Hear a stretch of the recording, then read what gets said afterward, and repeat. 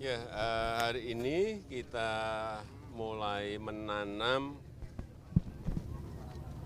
seperti di daerah-daerah yang lain.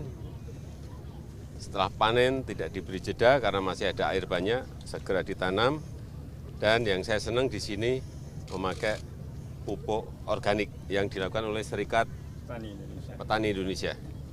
Sudah 3 tahun di sini.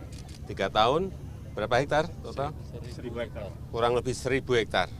Semuanya organik dan biaya untuk pupuknya yang biasanya per hektar bisa sampai 5 sampai 6 juta per hektar, di sini hanya antara 100 sampai 500 ribu per hektar. Ini yang saya kira kalau bisa dikembangkan di daerah yang lain seperti yang dilakukan oleh Serikat Petani Indonesia, ini akan banyak mengurangi kos yang harus dikeluarkan petani dan tidak ketergantungan kepada pupuk-pupuk kimia.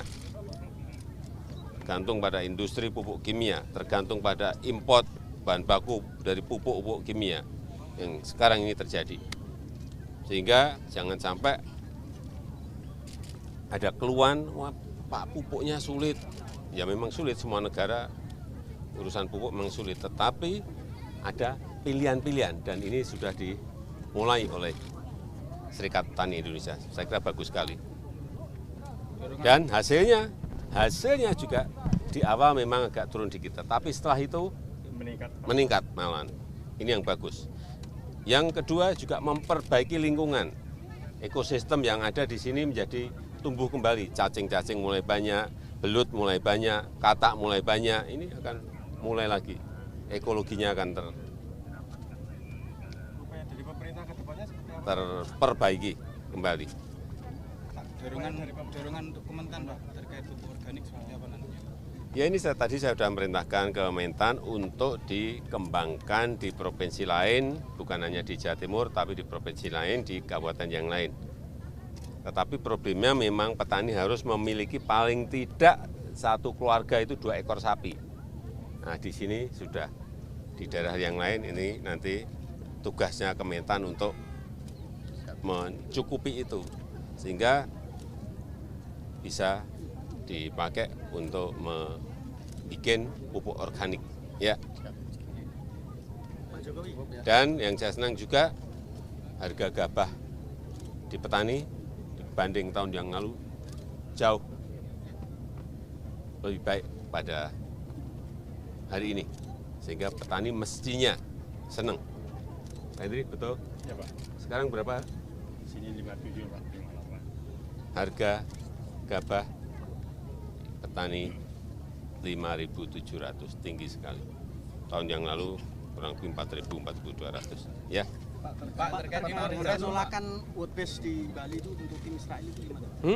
Penolakan terkait dengan penolakan tim Israel datang ke Woodbase. Saya belum dapat laporan. Ya. Gubernur Bali kan Pak. Saya belum dapat laporan. Rencana beras impor 2 juta itu progresnya seperti apa, Pak? Apa? 2 juta ton rencana beras impor.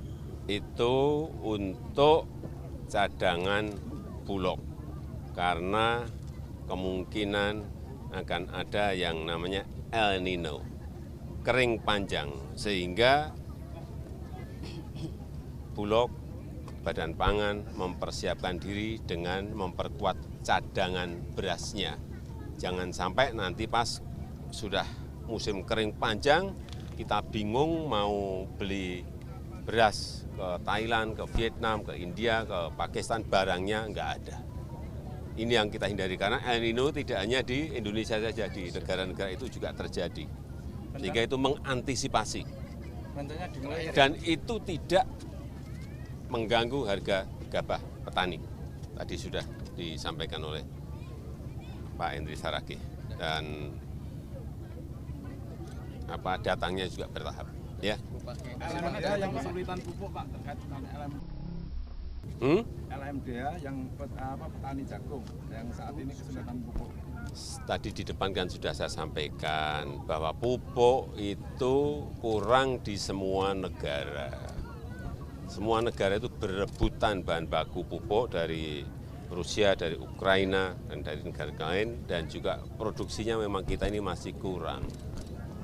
Sehingga di tingkat petani, baik petani beras atau hortikultura maupun yang lain, atau perkebunan, rebutan yang namanya barang, yang namanya pupuk.